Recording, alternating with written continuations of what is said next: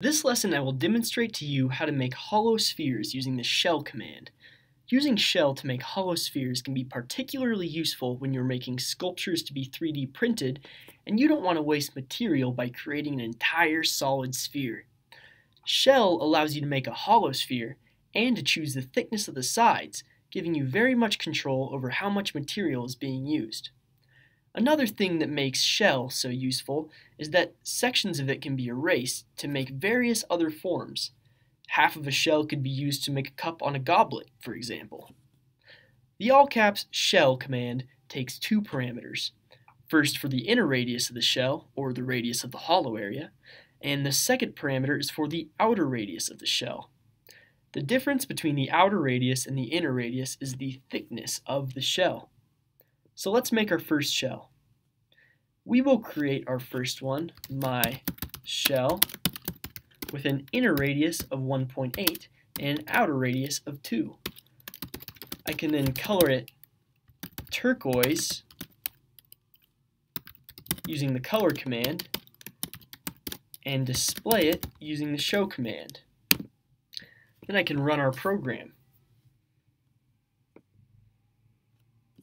Now in front of us, we have our shell.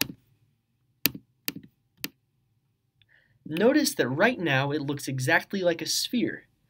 Because we can't see inside it, we can't distinguish the fact that it is a hollow shell instead of a full sphere. In order to demonstrate to you that this is in fact a hollow shell, I'm going to erase half of it so that we can see the hollowed inside using the erase command. I'm going to erase the top half of the shell from 0 to 2 along the z-axis. I'll do this by typing in the line of code erase my shell from 0 to 2 along the uppercase z-axis. Now we can run our program so we can see the inside of the shell. Remember that programs that have spheres in them take a longer time to run, and shells may take even longer. Here we go. Our shell has a hollow inner radius of 1.8 and an outer radius of 2. Notice that like the outside of a sphere, the outside and inside of a shell are not completely smooth. They are made up of many smaller faces, so they take a longer time than most figures to load and display.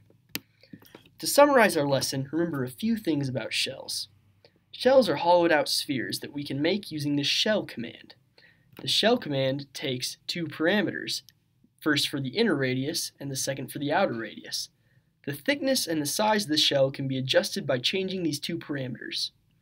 Shells can be used to conserve printing time and material when 3D printing the objects that you make, by not making you print out entire solid spheres. Additionally, sections of shells can be erased in many ways to create a multitude of different objects.